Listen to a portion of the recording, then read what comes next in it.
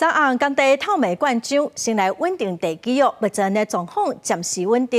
也毋过有议员是质疑讲，民众伫4、5月份的时，都向市政府订正讲厝有必损。也毋过建管处所表示讲安全无问题，建商会当继续施工哦。议员是批评讲，市政府拢无会顾百姓的性命安全，嘛要求建商基泰建设就要负起责任。 经过透明灌酒抢救了后，台北市中山区台地街94巷仔内塌落车器的公务状况已经暂时稳定。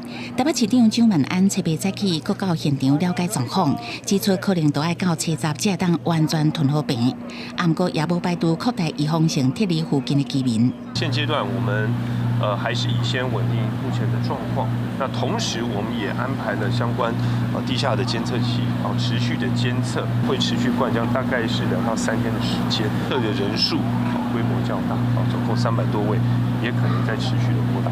确实是有一个扩大的一个迹象这样子，所以我们先把这个坑洞先把它补起来，然后再做一些如果说其他还有这种状况的话，我们再做一些其他的一些补救措施。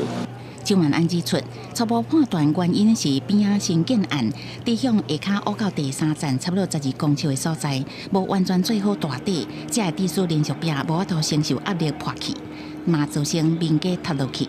建商基泰建设发布重大消息，坦白承认，因为营造厂施工无细致，造成隔壁厝损坏，感觉真遗憾。第一时间已经停工，强调无任何人员伤亡，不过相关责任拢会承担。理赔内容听候后续来协调。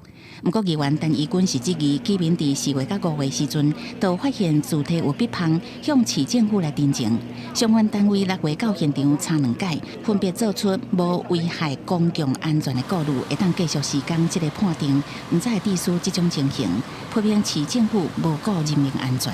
裂缝因为可能有新旧问题，看起来因为也当时判断是也不大，工地没有开挖啊。第3个又是说，其实又距离工地比较远，判断说这个不是施工造成的损害。那在这个4、5月份成型之后，其实实际在开挖过程就没有再收到正式的水泥成型。 台北市建管处表示，后续会个比对相关建设记录，参查清楚责任。除了民家受到损坏以外，附近的道明外交学校的壁，也个有运动场，拢有出现壁旁，外面看到原来会惊。目前教育局是讲，学校也算伫安全的范围内，不过建商伫确认安全无问题进前，会建议预防性停课。记者综合报道。继续来看台地。